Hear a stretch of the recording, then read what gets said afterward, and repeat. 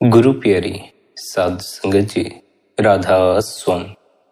प्यारी साधु संगत जी, आप सभी के भीतर बैठे कुल मालिक को प्रणाम। आप सभी को प्रणाम। आज का यह सत्संग बड़ी ही रूहानियत से भरा हुआ सत्संग है। आज के इस सत्संग द्वारा हमें यह समझने को मिलेगा, बूंद समुद्र में समा क्यों नहीं पाती, बूंद उस सागर में समाने से भय क्यों खाती। बूंद से भाव आत्मा से है और सागर से भाव उस अकाल पुरुष परमात्मा से। आत्मा परमात्मा में समाने से भय क्यों खाती है, आज के इस सत्संग द्वारा हम बड़े ही विस्तार पूर्वक समझेंगे। सत्संग का एक एक लफ्ज ध्यान पूर्वक अंत तक श्रवण करने योग्य है। अपने अपने गुरु महाराज का ध्यान करके आज के इस सत्संग को ध्यान पूर्वक अंत तक श्रवण करें, सत्संग का आनंद लें। सत्संग के वचन है, बूंद समानी समुद्र में। संगत जी, आत्मा और परमात्मा दो नहीं है, दृश्य और दृष्टा दो नहीं है। भक्ति की आधारशिला ही यह है कि इन दोनों के एक होने का उपाय क्या है। एक होने का उपाय तभी हो सकता है जब वस्तुतः ये दोनों एक हों ही, अन्यथा नहीं। अगर आत्मा और परमात्मा अलग होते तो इनके एक होने का कोई उपाय नहीं होता। आत्मा और परमात्मा एक ही हैं, इन दोनों में जरा भी भेद नहीं है। भक्त भगवान से मिल सकता है, लेकिन तभी मिल सकता है जब मिला ही हुआ हो, जब पूर्व से ही मिला हो, जब प्रथम से ही विरह न हुआ हो, पहले से ही बिछड़न न हुई हो। यह थोड़ी सी जटिल बात है, इसे जरा ध्यान पूर्वक समझें। आम का बीज हम बोते हैं, आम पैदा होता। आम इसलिए पैदा होता है कि आम बीज में छिपा हुआ था, आम पहले से मौजूद था। नहीं तो अगर हम नीम बो देते तो कभी भी आम पैदा नहीं होता। जो बीज में छिपा है वह प्रकट होता है। इस जगत में वही मिलता है जो मिला ही हुआ है। भेद इतना ही पड़ता है कि पहले छिपा हुआ था, अब प्रकट हो गया। आप भगवान हो, लेकिन अभी बीज के रूप में हो। जब वृक्ष की तरह हो जाओगे तब जान पाओगे, तब पहचान पाओगे। आत्मा और परमात्मा प्रथम से ही एक हैं, कभी भी एक दूसरे से अलग नहीं हुए। अलग होना हमारी भ्रांति है, अलग होना हमारे मन का भ्रम है। और यह भ्रम हमने इसलिए पैदा किया है कि इसी अलग होने के भ्रम के आधार पर अहंकार पाला पोसा जा सकता है।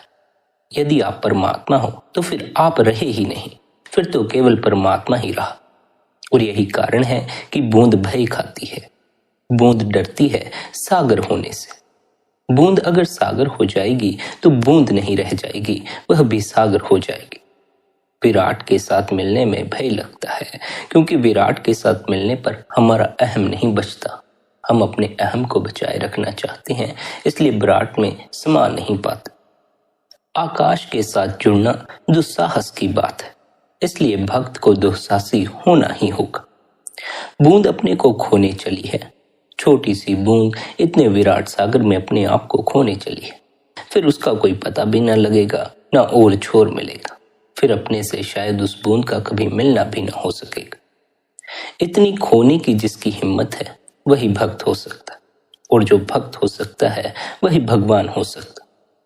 भक्त होने का अर्थ है बीज ने अपने को तोड़ने का निर्णय ले लिया। आप जमीन में बीज बोते हो, जब तक बीज टूटता नहीं वृक्ष नहीं होता। जब तक बीज मिटता नहीं तब तक अंकुरण नहीं होता। बीज की मृत्यु ही वृक्ष का जन्म है। आपकी मृत्यु ही भगवान का आविर्भाव है, उस परमात्मा का आविर्भाव है। लेकिन कौन सी मृत्यु? आंतरिक मृत्यु, मन की मृत्यु। भक्त जहां मरता है वहीं भगवत्ता उपलब्ध होती है। इसीलिए तो लोगों ने झूठी भक्ति की व्यवस्थाएं खोज रखी हैं, ताकि अपने को मिटने से बचा सके। मंदिर जाते हैं, प्रार्थना करते हैं, पूजा करते हैं, अपने को बचाए रखते हैं। वृक्षों से तोड़कर फूल परमात्मा के चरणों में चढ़ा आते हैं, लेकिन कभी भी अपने आप को नहीं चढ़ाते। जिसने अपने आप को परमात्मा को नहीं चढ़ाया उसने पूजा जानी ही नहीं। वह बीज टूटा ही नहीं, अंकुरण से उसकी कोई मुलाकात ही नहीं हुई। बिना मिटे इस जगत में होने का कोई उपाय नहीं। छोटे तल पर मिटो तो बड़े तल पर प्रकट हो जाओगे। जितने ज्यादा मिटो उतने प्रकट हो जाओगे। जब परिपूर्ण रूप से मिटते हो तब भगवत्ता उपलब्ध होती है, क्योंकि भगवत्ता पूर्णता है, उसके पार फिर कुछ और नहीं है। मिटाना है अपने अहंकार को, लेकिन अहंकार बचने के उपाय खोजता रहता है। अपने अहंकार को छोड़ोगे, अपने को मिटाओगे, तभी भगवान हो सकते हो। आप भगवान हो सकते हो क्योंकि आप भगवान हो। भगवान ने आपको एक क्षण को नहीं छोड़ा है। आप भले ही उसकी तरफ पीठ करके खड़े हो जाओ। आपने भला आंखें बंद कर ली हैं, सूरज निकला है, चारों तरफ जगत रोशन है, आप अंधेरे में खड़े हो, यह आपका निर्णय है। अंधेरा है नहीं, अंधेरा बनाया हुआ है। आंख खोल लो तो प्रकाश ही प्रकाश हो जाए। आंख जब तक खुल ना जाए प्रकाश नजर नहीं आता, फिर चाहे वह बाहर की जगत का प्रकाश है या आंतरिक जगत का प्रकाश। जब हम अपनी आंखें बंद कर लेते हैं हमारे लिए भीतर अंधेरा हो जाता है। इसी तरह जब तक हमारी अंतस की आंख बंद रहती है हमारे भीतर अंधकार ही रहता। ऐसा नहीं है कि प्रकाश वहां मौजूद नहीं है, प्रकाश तो अंतस में सदा से मौजूद। हमें वह नजर नहीं आता तो केवल इसी कारण हमारी भीतर की आंख बंद पड़ी। यूं ही नहीं, संत महात्मा बार बार हमें समझाते हैं अपने भीतर की आंख खोलो। जब तक भीतर की आंख ना खोलोगे उस अदृश्य जगत को देख न सकोगे, उसके प्रकाश का अनुभव न कर सकोगे। अगर किसी को प्रकाश से जुड़ना हो तो उसे प्रकाश से पहले आंख की फिक्र करनी चाहिए। अगर आंख खुली हुई है तो प्रकाश नजर आ जाएगा। अगर आंख बंद रहे तो प्रकाश चाहे कितना ही फैला रहे आप अंधकार में ही खड़े रह जाएंगे। बाहर की आंखों से तो हम भली भांति परिचित हैं, इसलिए बाहर के प्रकाश से हमारा संबंध भी बन जाता, लेकिन भीतर की आंख के बारे में हमें कोई खबर नहीं, उसका कोई पता नहीं, जिस कारण हमारा भीतर प्रकाश से संबंध नहीं जुड़ पाता। बहुत से साधक ध्यान करते हैं और कहते हैं कि हमें तो केवल अंधकार ही नजर आता है, हमें प्रकाश क्यों नहीं दिखाई देता। हमें प्रकाश कैसे दिखाई देगा? वे प्रकाश से जुड़े कई सवाल करते। पहले तो प्रकाश से जुड़ने की चाह छोड़ दो। चाह से कोई भी मंजिल पर नहीं पहुंचता, चाह रास्तों पर ही भटकाए रखती। दूसरा, यह ख्याल रखो कि प्रकाश की फिक्र मत करो, प्रकाश को खोजने का प्रयास मत करो, आंख को खोलने का प्रयास करो, आंख को खोलने का उपाय करो। आंख बंद रह जाए तो प्रकाश कभी नजर नहीं आता। यूं तो प्रकाश फैला ही हुआ है बाहर के जगत में भी और हमारे अंतस के जगत में भी। केवल हमारी भीतर की आंख बंद है, जिस कारण वह हमें नजर नहीं आ पाता। जब तक आंतरिक आंख बंद रहती है आंतरिक सूक्ष्म मंडलों के नजारे नजर नहीं आते। जो भीतर के नजारे हैं वो भीतर की आंख से ही देखे जा सकते। बाहर के नजारे बाहर की आंखों से देखे जाते। बाहर की ये आंखें भीतर के नजारों को नहीं देख सकती। इसलिए सद्गुरु हमें बार बार यह समझाते हैं, अपनी आंतरिक आंख खोलो, तुम्हारे भीतर की आंख पर जो पर्दा पड़ा है उस पर्दे को हटाओ। जैसे भीतर का प्रकाश भीतर की आंख के बंद होने के कारण नजर नहीं आता, वैसे ही भीतर गूंजता शब्द भीतर के कान बंद पड़े होने के कारण सुनाई नहीं पड़ता। भौतिक जगत की इंद्रियां भौतिक जगत के अनुभव करवाती, सूक्ष्म जगत की इंद्रियां सूक्ष्म जगत के अनुभव करवाती। जब तक हमारे आंतरिक कान सक्रिय नहीं होते हमें शब्द की ध्वनि सुनाई नहीं पड़ती। जब तक हमारी आंतरिक आंख नहीं खुलती हमें शब्द का प्रकाश नजर नहीं आता। हमने अपने आप को बाहरी इंद्रियों पर इतना आश्रित कर दिया है कि अब हमारी जीवन शक्ति बाहरी इंद्रियों पर ही व्यय होती रहती है। हमारी सारी जीवन शक्ति इन बाहरी इंद्रियों को सक्रिय करने में ही व्यय होती चली जाती। सारा दिन हमारी बाहरी इंद्रियां सक्रिय रहती हैं, इनके द्वारा न जाने हम कितने सारे अनुभव करते। लेकिन जितने भी अनुभव हम इन बाहरी इंद्रियों द्वारा कर रहे हैं, आंख द्वारा, कान द्वारा, स्वाद द्वारा, ये सभी इस बाहरी जगत के हिस्से हैं। जब तक कोई बाहरी जगत के अनुभव में ही उलझा हुआ है वह देह के बंधन से मुक्त नहीं हो पाता, क्योंकि बाहर के जगत में देह का होना बड़ा आवश्यक है। यदि देह ना हो तो आप इस भौतिक जगत के अनुभव नहीं कर सकते, यहाँ के पदार्थों का अनुभव नहीं कर सकते। देह की मौजूदगी में इस संसार के हर पदार्थ का अनुभव किया जा सकता, लेकिन इस भौतिक जगत में रहना है तो देह का होना बड़ा ही आवश्यक। आंतरिक जगत में वह सूक्ष्म जगत है वहां देह की आवश्यकता नहीं पड़ती। सूक्ष्म जगत के अनुभव के लिए सूक्ष्म इंद्रियों का सक्रिय होना बड़ा ही आवश्यक है। इन भीतरी इंद्रियों को सक्रिय करने के लिए बाहरी इंद्रियों से अपना ध्यान हटाकर ध्यान के द्वारा भीतर एकाग्र होना होता। ध्यान भीतर उतरने की कला है। जितना समय के लिए ध्यान में बैठोगे उतना ही बाहरी इंद्रियों के प्रभाव से मुक्त होते चले जाओगे। अगर प्रतिदिन ध्यान में बैठोगे, अपने भीतर ठहरोगे, तो बाहर से तादात्म्य धीरे धीरे टूटता चला जाएगा।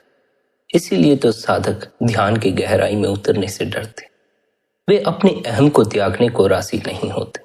बूंद सागर में समाने को राजी नहीं होती, क्योंकि बूंद को भय रहता है, अगर मैं सागर में समा गई तो मैं तो बचूंगी ही नहीं, फिर तो जो रहेगा सागर ही शेष रहेगा। बूंद अपने आप को लंबे समय तक बचा नहीं सकती। बूंद का अस्तित्व तो अभी है, अभी मिट भी सकता, लेकिन अगर बूंद सागर में समा जाए तो फिर उसका अस्तित्व नहीं मिट सकता, क्योंकि सागर को मिटाने का कोई उपाय नहीं, उस परमात्मा को मिटाने का कोई उपाय नहीं। बूंद अगर समुद्र में समा जाए तो उसके लिए अनंत जीवन का द्वार खुल जाए, पर अगर बूंद सागर में न समाकर अपने आप को बचाने का प्रयास करे, इस बात का प्रयास करे कि मैं सागर में समाकर सागर न हो जाऊं, बूंद के रूप में ही बची रहूं, तो उसका अस्तित्व ज्यादा लंबे समय तक कायम नहीं रह सकता। सागर में समाकर बूंद सदा के लिए सागर का रूप हो जाती है और उसका अस्तित्व सदा के लिए कायम हो जाता। इसी प्रकार जब साधक अपने आप को प्रभु में समाने को राजी हो जाता है, उसका अस्तित्व भी सदा के लिए कायम हो जाता। पर अगर साधक अपने को प्रभु में समाने को राजी ना हो, वह कहे प्रभु भी मिल जाए और मैं भी बचा रहूं, मेरा अपना अलग अस्तित्व कायम रहे, तो देर सवेर मृत्यु तो उसके द्वार पर दस्तक देगी। फिर वह साधक पछताता है कि जब मेरे पास मौका था तब मैं उस परमात्मा में क्यों न समा गया। परमात्मा में समा जाओ, परमात्मा ही हो जाओ। असल में तो आप भी परमात्मा ही हो। बड़े गहरे में उतरोगे तब कहीं जाकर इस बात की पहचान होगी कि मैं वही हूं जिसकी खोज में निकला था। पर जब तक यह जान ना लो, स्वयं इसका अनुभव ना कर लो कि आप ही परमात्मा हैं, तब तक इस बात का ढिंढोरा पीटना शुरू मत कर दें। बहुत से जीव इस संसार में ऐसे हुए हैं जिन्होंने अपने परमात्मा होने की घोषणा भी की। उनके अहंकार ने उन्हें अपने आप को परमात्मा मानने पर राजी कर दी, जबकि संसार उनके दिए हुए कष्टों से दुख सह रहा था। वे दुख भी देते थे और अपने को परमात्मा भी कहते थे। अगर अहंकारी व्यक्ति अपने को परमात्मा स्वीकार कर ले तो वह परमात्मा नहीं हो जाता, रहता अहंकारी ही है। अहंकार में आकर परमात्मा के नाम पर कई तरह के दुख देने शुरू कर देता। परमात्मा हो यह जानना है, परमात्मा हो इसका अनुभव करना। जिस दिन इसका अनुभव कर लोगे, उस दिन के बाद इस संसार में कुछ भी जानने को शेष नहीं रह जाएगा। जिस प्रभु से सब पैदा हुआ है उसी में समा जाओ तो सभी कुछ का ज्ञान हो जाता, क्योंकि सभी कुछ उस परमात्मा से निकला है और उसी में समा जाता है। इसलिए उस परमात्मा में समा जाने को परम ज्ञान कहा जाता। उसमें समाकर सभी कुछ का ज्ञान हो जाता।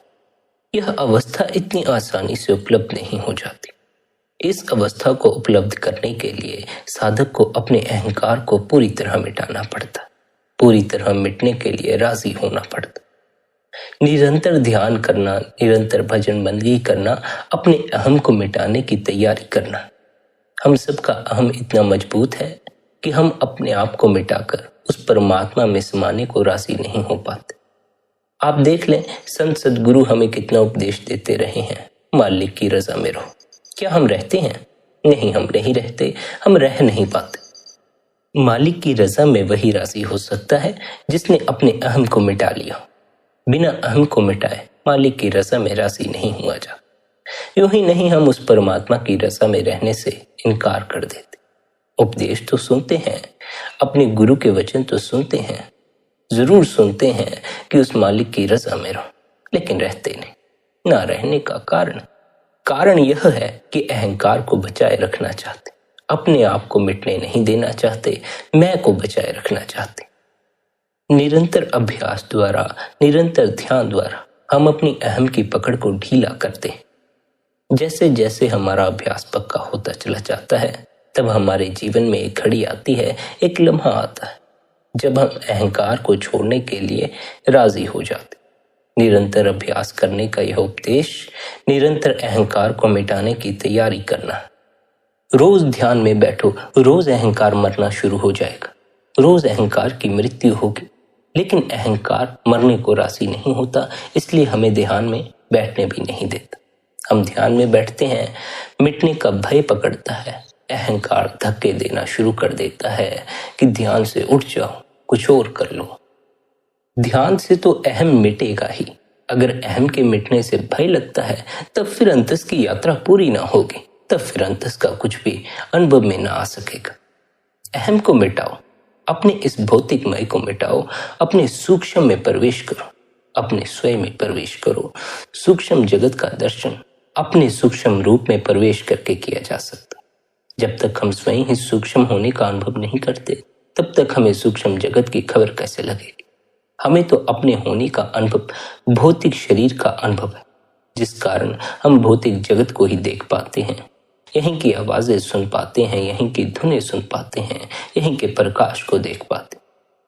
सूक्ष्म के प्रकाश को देखना हो तो अपने सूक्ष्म रूप में प्रवेश करना होगा। सूक्ष्म कहीं बाहर नहीं, इस देह के भीतर छिपा। उस तक पहुंचने के लिए अहम की मृत्यु जरूरी है। अपने इस भौतिक मैं का जो अनुभव है, इसकी मृत्यु जरूरी है। हमें असल अहंकार है किस बात का? इसी बात का कि हम देह हैं, और इस देह के अहंकार में पड़कर हम न जाने किन किन चीजों से अपने अहंकार को जोड़ लेते।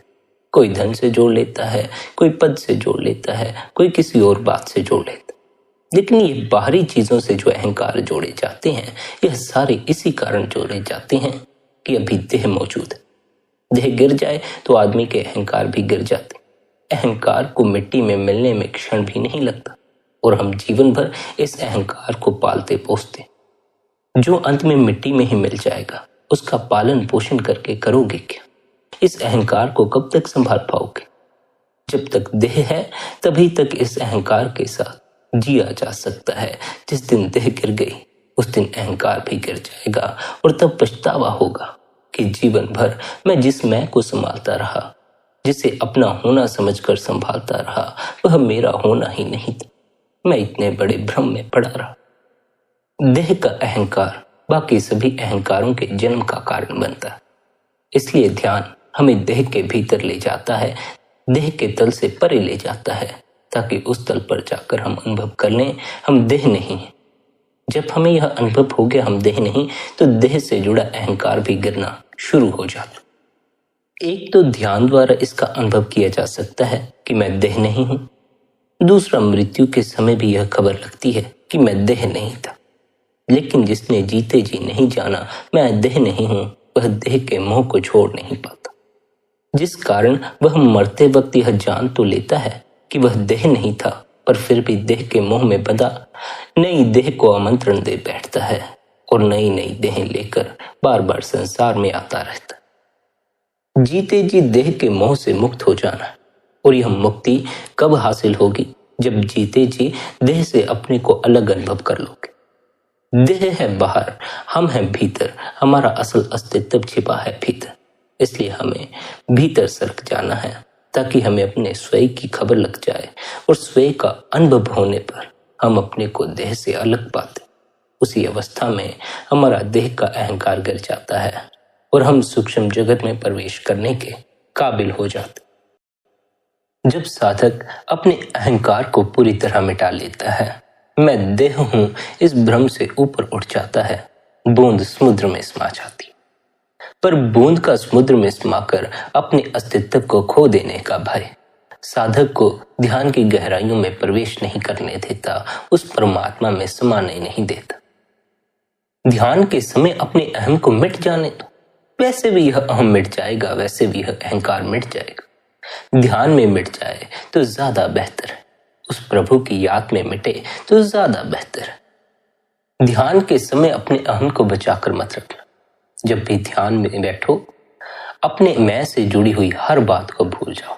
जिन जिन चीजों से अपनी मैं को जोड़ा है, जिन बातों से मैं देह हूं, मेरा मकान है, मेरे बच्चे हैं, मेरा धन है, जिस जिस बात से भी अपने मैं को जोड़ा है, ध्यान के समय हर बात को भूल जाओ, हर चीज को भूल जाओ, हर व्यक्ति को भूल जाओ, यहां तक कि अपने आप को भी भूल जाओ।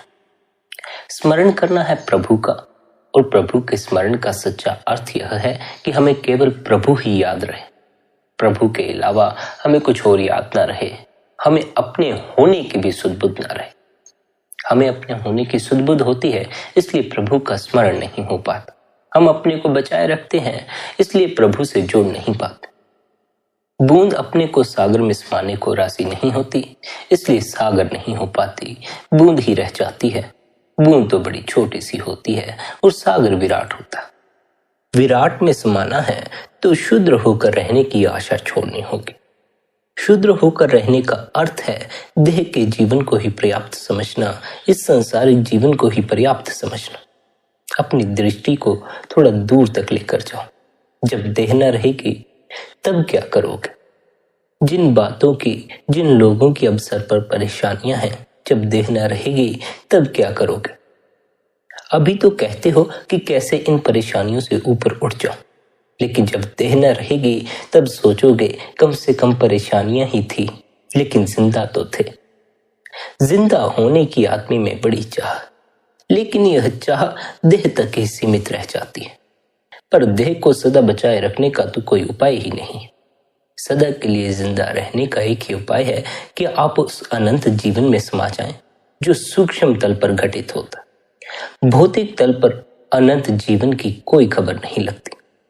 सूक्ष्म तल में प्रवेश करोगे तभी अनंत जीवन का कोई स्वाद लग सकता। सूक्ष्म छिपा है हमारे भीतर, उसे पहचानने के लिए, उसे जानने के लिए हमें भीतर की यात्रा करनी होगी। भीतर की यात्रा ही ध्यान है, भीतर की यात्रा ही भजन बंदगी। निरंतर भजन बंदगी द्वारा हमारे भीतर उतरने में जो अहंकार रुकावट खड़ी करता है, वह अहंकार टूटना शुरू हो जाता। बस साधक हिम्मत रखकर ध्यान में बैठा रहे, ध्यान से उठे नहीं, घबराए नहीं। ध्यान के समय डर भी लगता है, ध्यान के समय घबराहट भी होती, लेकिन हमें उस बेचैनी, उस डर से घबरा नहीं जाना चाहिए, ध्यान से उठ नहीं जाना चाहिए। अगर साधक हिम्मत कर कर उस क्षण भी ध्यान में बैठा रहे, जब उसे भय पकड़ता है तो एक क्षण ऐसा आता है जब वह भय से पूरी तरह मुक्त हो जाता। पर अगर साधक ध्यान के समय भय लगने पर उस भय से घबरा कर ध्यान से उठ जाए तो वह भय जीवन भर पीछा करता। जब तक आंतरिक मृत्यु नहीं मरे, अहम की मृत्यु नहीं मरे, तब तक भय समाप्त होने को नहीं है। तब तक भय नए नए द्वार खोलकर खड़ा हो जाएगा। अहम की मृत्यु ही भय से मुक्ति है। अहम की मृत्यु ही प्रभु में समा जाना। अहम को छोड़कर ही बूंद समुद्र में समा सकती है। जब तक बूंद अपने अहम को बचाए रखना चाहती है, तब तक उसका सागर से संबंध नहीं जुड़ पाता। सागर में समा जाओ।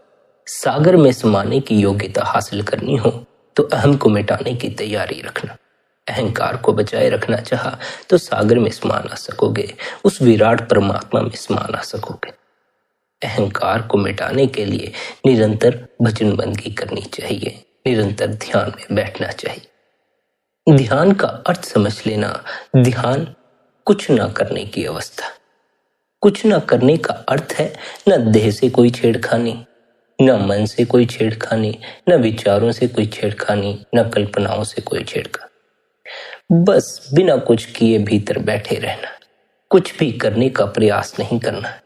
न विचारों को हटाने का प्रयास करना है, न ही कुछ और करने का प्रयास करना, ना कुछ करने में उतर जाना। जैसे ही भीतर सब कुछ करना बंद कर दोगे, शून्य में सरकते चले जाओगे, शून्य का अनुभव बढ़ता चला जाएगा। हम जो कुछ कर सकते हैं वह केवल और केवल उपद्रव ही है। इसलिए अगर हम ध्यान भी करते हैं तो ध्यान से भी हमारे जीवन में उपद्रव ही खड़ा होता है, आनंद हमें अनुभव नहीं होता। हमारे कुछ करने से ध्यान पैदा नहीं होता। ध्यान तो उसी क्षण पैदा होता है जब हम कुछ भी नहीं कर रहे होते, ना कुछ करने में उतर चुके होते। जैसे ही आप अपनी सारी पकड़ छोड़ते हैं, तत्क्षण ध्यान घटित हो जाता है। पर अगर आप अपनी पकड़ को बनाए रखते हैं, कुछ ना कुछ करने में लगे हुए हैं, तब फिर आप ध्यान का अनुभव न कर सकें।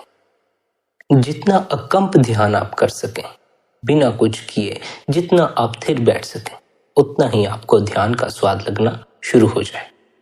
अकंप ध्यान करना, ध्यान के समय भी अगर कुछ करने का प्रयास करोगे तो भीतर कंपन पैदा होना शुरू हो जाएगा। कंपन हमें उस अवस्था में पहुंचने नहीं देता जहां परम शून्य है, जहां किसी तरह का कोई कंपन नहीं है। इसलिए अकंप ध्यान करना। जैसे जैसे ध्यान की गहराइयों में उतरोगे, मृत्यु का भय भी पकड़ेगा, क्योंकि अंतस की गहराइयों में अहंकार की मृत्यु होना शुरू हो जाती। जैसे अहंकार की मृत्यु होना शुरू होती है, अहंकार हमें मृत्यु का भय थमा देता, ताकि हम अहंकार को बचाने के लिए ध्यान से उठ जाएं, ताकि हम अपने भीतर से बाहर आ जाएं और अहंकार की मृत्यु ना हो। ध्यान की गहराइयों में उतरकर जब मृत्यु का भय पकड़े, तब उससे भागने की आवश्यकता नहीं, बल्कि साहसी बनकर मृत्यु के उस द्वार से गुजर जाना। अहम की मृत्यु हो जाए तो आप परम में समा सकते हैं। इसलिए अहम की मृत्यु से घबराना मत, अहम की मृत्यु हो ही जाने दें। ध्यान के द्वारा आंतरिक मृत्यु से गुजर जाने पर हमारा बाहरी मृत्यु का भय भी दूर हो जाता। यह जो अवस्था है पूर्ण अहंकार की मृत्यु, इस अवस्था तक पहुंचने के लिए साधक को निरंतर ध्यान द्वारा अहंकार पर चोट करनी पड़ती। निरंतर अहंकार की इस द्वार को तोड़ना पड़ता। थोड़ी थोड़ी चोट से, रोज रोज के ध्यान से एक दिन यह दीवार पूरी तरह गिर जाती है और हम अहंकार से ऊपर उठकर, देह के मोह से ऊपर उठकर जन्म मरण के चक्कर से मुक्त हो जाते। इस अहंकार पर निरंतर चोट करनी है, निरंतर भजन बंदगी में बैठना है, निरंतर ध्यान में बैठ। ध्यान और भजन बंदगी का यही उद्देश्य है कि आपके भीतर जो अहम की दीवार है उस पर निरंतर चोट पड़ती रहे, ताकि एक दिन वह दीवार टूटने के योग्य हो जाए। आमतौर पर जीव इस दीवार को मजबूत करने में लगा रहता है। सभी जीव अपने अहंकार को पक्का करने में लगे, लेकिन सच्चे संत, सच्चे सद्गुरु जीव को एक ऐसा अभ्यास देते हैं, जीव को जो उपदेश देते हैं उस उपदेश द्वारा वे अहंकार को मिटाने की तैयारी करते। जीव चाहता है अहंकार को मजबूत करना और सद्गुरु चाहते हैं जीव के अहंकार को मिटा देना, क्योंकि अहंकार के मिटे बिना प्रभु से मिलन नहीं होता और प्रभु से मिलन ही आनंद मग्न हो जाना है। सद्गुरुओं का सारा प्रयास अहंकार की दीवार को गिरा देना। इसलिए सद्गुरु अपने शिष्यों को सदा वही उपदेश देते हैं जिसके द्वारा जीव का अहंकार निर्मित न हो, जीव के अहंकार को पालन पोषण न मिलता। सेवा भी हम इसीलिए करते हैं ताकि हमारा यह मजबूत अहंकार नरम पड़ना शुरू हो जाए। लेकिन बहुत से सज्जन ऐसे भी हैं जो सेवा के जरिए भी अहंकारी हो जाते, जो सेवा के जरिए अहंकार की दीवार को तोड़ने की बजाय सेवा के घोल से उसी अहंकार को मजबूत करने में लग जाते हैं। वे अपने आप को सच्चा सेवक बताने में कोई कसर नहीं छोड़ते। सद्गुरु तो अनेक तरीके खोजते हैं जिसके द्वारा जीव के अहम को कम किया जा सके, जीव के अहम की दीवार को तोड़ा जा सके। लेकिन जीव सद्गुरु के बताए हुए रास्तों से भी अपने अहंकार को मजबूत करने के उपाय खोज लेता। यही अहंकार की खूबी भी है। अहंकार हर रास्ते से अपने बचाव का उपाय खोज लेता। अहंकार तो सद्गुरुओं की शरण से भी बचकर अपने आप को बचा लेता। अहंकार अपने को मिटने नहीं देता। अहंकार अपने आप को बचाए रखने के सारे उपाय करता। जीव इस अहंकार के पीछे लगकर अपना सारा जीवन इसे बचाने में ही व्यय कर देता, और जो अंत में मिट ही जाना हो उसे बचाने के लिए किया गया प्रयास अंत में पछतावे से भर देता। मैं देह हूं, यह अहंकार तो अंत में मिट ही जाएगा। बेहतर है जीते जी ही इस अहंकार से मुक्त हो जाओ। जीते जी ही देह के बंधन से ऊपर उठ जाओ। देह का बंधन अनंत जीवन के द्वार खुलने नहीं देता। देह का बंधन इस क्षुद्र जीवन में ही बांधे रखता है, जिस जीवन में हम इस संसार में लौट लौट कर आते हैं, यहाँ के दुखड़े उठाते हैं, यहाँ धक्के खाते। भौतिक में दुख है, सूक्ष्म में आनंद। इसलिए संतों का उपदेश सूक्ष्म में प्रवेश करने का है। संत भौतिक से जीव को बाहर निकालने के लिए बहुत से उपाय करते। संतों ने उस परमात्मा तक पहुंचने के लिए अनेक द्वार खोले, लेकिन जीव अपने अहम को बचाए रखने के लिए प्रत्येक द्वार पर माथा टेक कर ही लौट आता, भीतर प्रवेश नहीं करता। परमात्मा पर फूल पत्तियां चढ़ाने से बेहतर है अपने अहम को चढ़ाओ। अहम को चढ़ाओगे तो परमात्मा उपलब्ध भी हो जाएगा। फूल पत्तियों को चढ़ाओगे तो उससे परमात्मा उपलब्ध कैसे हो सकता? परमात्मा की उपलब्धि कभी भी बाहर से नहीं होती है, इसलिए बाहर के सभी उपाय उस परमात्मा को पाने में असमर्थ होते हैं। भीतर से परमात्मा की उपलब्धि होती है। परमात्मा हम सभी के भीतर छिपा बैठा। एक कहानी यह कहती है कि जब परमात्मा ने इंसान को बनाया तब उसने देखा इंसान की मांग तो दिन प्रतिदिन बढ़ती चली जा रही। जब मांग बढ़ती चली गई तो लोगों ने परमात्मा को खोजना शुरू कर दी, क्योंकि अपनी मांग वे स्वयं तो पूरी न कर सके, इसलिए उन्होंने किसी ऐसे को तलाशना शुरू कर दिया जो उनकी मांगें पूरी कर सके। जैसा कि हमें बचपन में ही सिखा दिया जाता है कि उस परमात्मा से मांगो, वह सब मांगे पूरी करता है। उसी स्वाभाविकता के कारण लोगों ने परमात्मा की तलाश करनी शुरू कर दी। जैसे जैसे मांग बढ़ती गई, परमात्मा की तलाश बढ़ती गई। परमात्मा ने जब यह हाल देखा, वह भी घबराया। उसे भी घबराहट हुई कि इतने लोग उसको तलाशने में लगे हुए हैं, इतने लोग उससे अपनी मांगे पूरी करवाने में लगे हैं, उन्हें जाने कैसी कैसी मांगे पूरी करवाने में लगे। परमात्मा ने सोचा, अगर मैं इन लोगों को मिल गया तो ये लोग मुझे छोड़ेंगे नहीं। अगर मैं इनकी मांग पूरी ना करूंगा, ये तो मेरी बुरी हालत कर देंगे। कहानी कहती है, परमात्मा ने इंसान से बचने के लिए कहीं छिपने के बारे में सोचा, लेकिन वह कहां छिपे, यह सवाल पैदा हो गया। उसने इस सवाल का जवाब जानने के लिए कुछ देवदूतों की सभा बुलाई। देवदूत आए। परमात्मा ने उनसे कहा, मैं कहीं छिपना चाहता हूं जहां यह इंसान मुझे ढूंढ न सके। मुझे कोई ऐसी जगह बताइए जहां यह इंसान पहुंच ना सकता। किसी ने कहा, चांद पर चले जाइए। तो परमात्मा ने कहा, मैंने यह आदमी जैसा बनाया है, यह देर सवेर चांद पर भी पहुंच जाएगा। आज हम चांद पर पहुंच ही चुके हैं। आज आप देख ही सकते हैं कैसे हमने चांद को भी छू लिया। परमात्मा ने कहा, वहां रहना ठीक ना होगा, आदमी वहां पहुंच ही जाएगा, कोई और स्थान बताइए। सभी देवदूतों ने अलग अलग स्थान बताए, लेकिन सभी स्थान इसी कारण नकार दिए गए, क्योंकि आदमी उस परमात्मा ने ऐसा बना दिया है, यह कहीं भी पहुंच जाता। आदमी सदा तलाश में रहता है, कभी धन की, कभी पद की, कभी पदार्थों की, कभी परमात्मा की। भटकते रहना आदमी का स्वभाव है। इस भटकन में ही उसने बहुत सी खोजें भी कर ली, लेकिन सभी खोजों में परमात्मा की खोज ही केवल एक ऐसी खोज है जिसे बड़े बिरले जीव पूरा कर पाते। परमात्मा की बुलाई गई उस सभा में एक वृद्ध देवदूत भी था। उसने परमात्मा से कहा, आप इंसान के, आप इस आदमी के भीतर ही छिप जाइए। यह आदमी बाहर तो 100 जगह भटकता है, दूर दूर तक भटकता है, चांद तारों तक भटकता है, लेकिन कभी अपने भीतर नहीं ठहरता, अपने भीतर नजर करके नहीं देखता। कहता है, यह आदमी दूर के सूरज को तो देख लेता है, लेकिन भीतर के प्रकाश को नहीं देख पाता। भीतर की तरफ यह आंख मोड़ता ही नहीं है। कोई कोई विरला ही होता है जो भीतर की तरफ आंख मोड़ता। इसलिए आप इस आदमी के भीतर ही छिप जाइए, वहां यह आपको कभी नहीं ढूंढ पाएगा। परमात्मा ने यही ठीक समझा और यही उपाय सबसे बेहतर उपाय था। परमात्मा आदमी के भीतर आकर छिप गया, इसलिए कोई लाख खोजे उसे आकाश में, वह मिलता नहीं। कहने को तो यही आता है कि परमात्मा आकाश से पार रहता। परमात्मा हम सभी के भीतर छिपे बैठा। परमात्मा अगर आकाश के परे होता तो अब तक हम उसे खोज चुके होते। उसको पकड़कर हमने उससे अपनी मांगे पूरी करवाना शुरू कर दिया होता। खैर, यह तो कहानी है, सत्य है कि झूठ इसका तो कोई पता नहीं, लेकिन कहानी बड़ी प्रीतिकर है।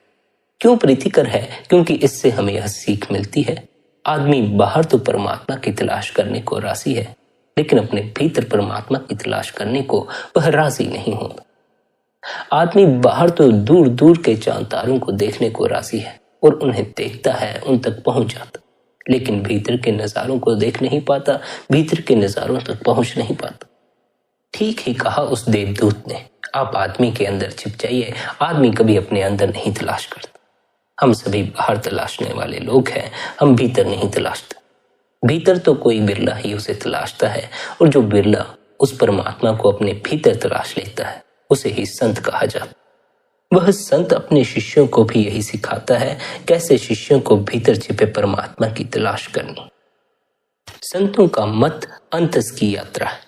अंतस की यात्रा उस प्रभु की यात्रा है जिसमें समाकर बूंद भी सागर का ही रूप हो जाती है, बूंद भी सागर हो जाती है, बूंद भी विराट हो जाती है। उस प्रभु में समाकर विराट होने के लिए साधक को अपने अहम को मिटाना जरूरी है। इसलिए निरंतर भजन बंदगी करने की आवश्यकता है, निरंतर ध्यान में बैठने की आवश्यकता है। आप सभी से यही विनती है कि निरंतर अपने गुरु द्वारा दिए हुआ अभ्यास करा कर। प्रतिदिन ध्यान में बैठने का अर्थ है प्रतिदिन अहंकार की दीवार पर चोट करना। निरंतर ध्यान द्वारा एक घड़ी ऐसी आती है जब इस अहंकार की दीवार पूरी तरह गिर जाती है और आप इस अहंकार से ऊपर उठकर, इस देह से ऊपर उठकर, इस भौतिक जगत से ऊपर उठकर सूक्ष्म जगत के अनुभव करना शुरू कर देते। लेकिन यह बात ख्याल रखनी जरूरी है, मैं चाहे यहाँ बैठकर कितना ही चिल्लाता रहूं, सूक्ष्म जगत के अनुभव, शब्द, धुन, प्रकाश या अंतस के आनंद के बारे में जब तक आपने स्वयं इनका अनुभव नहीं किया, तब तक मेरी बातें आपके लिए व्यर्थ हो जाएंगी। इनके अनुभव के लिए आपको भीतर उतरना होगा, निरंतर ध्यान में बैठना होगा। स्वयं अनुभव करोगे तभी जान सकोगे कि शब्द क्या है, तभी असल में जान सकोगे भीतर का प्रकाश क्या है, तभी असल में जान सकोगे भीतर का आनंद क्या है। मेरे कहने से कि भीतर आनंद है, आप आनंदित नहीं हो जाएंगे। आप स्वयं भीतर उतरेंगे तब आनंदित अवश्य हो जाएंगे। इसलिए निरंतर भीतर उतरने का प्रयास करें, निरंतर भीतर उतरें, निरंतर भजन बंदगी करें, निरंतर ध्यान में बैठें। भजन बंदगी करते समय, भजन सिमरन करते समय या ध्यान करते समय इस बात को ख्याल रखें, अपनी रीढ़ की हड्डी को सीधा रखना। रीढ़ की हड्डी को सीधा रखोगे तो जागरण को उपलब्ध हो सकते। रीढ़ की हड्डी अगर मुरझा गई, अगर टेढ़े होकर बैठोगे तो बार बार नींद आती रहेगी, ध्यान फलित न हो पाएगा। साथ ही यह भी ख्याल रखो कि अभ्यास के दौरान हमें बाहरी किसी बात से अपने तादात्म्य को नहीं जोड़ना है। जिन भी बातों को हम जानते हैं उन सभी को हमें भूलकर प्रभु की याद में लीन हो जाना। प्रभु की याद में लीन होने का अर्थ समझ लेना, केवल भीतर प्रभु का स्मरण रह जाए, हमें अपने होने का बोध भी न रह जाए।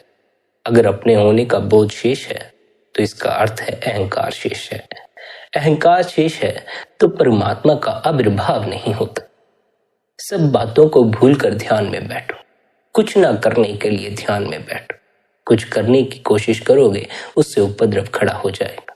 ध्यान में भी कुछ करने की कोशिश करोगे, चाहे मन से छेड़खानी करने की कोशिश करोगे, तो उससे भीतर उपद्रव ही इकट्ठा होगा। फिर ध्यान में बैठने का जी नहीं चाहेगा।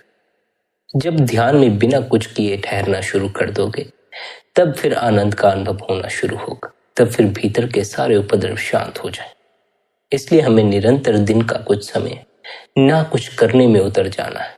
कुछ घड़ियों के लिए हमें कुछ भी नहीं करना, किसी भी चीज से अपने तादात्म्य को नहीं जोड़ना है, बिल्कुल ही स्थिर होकर बैठ जाना। इस स्थिरता में ही भीतर जो अकंप ज्योत है उसके दर्शन होते। उस ज्योत के दर्शन में जो लीन हो जाते हैं वे प्रभु में ही लीन हो जाते। बूंद समुद्र में समा जाती है, समुद्र का रूप हो जाती है। प्यारी साध संगत जी, आज के इस सत्संग को यहीं पर विश्राम देते हैं। यदि आज का यह सत्संग आपको अच्छा लगा हो तो आज के इस सत्संग को आप अपने मित्रों और संबंधियों के साथ शेयर भी कर सकते।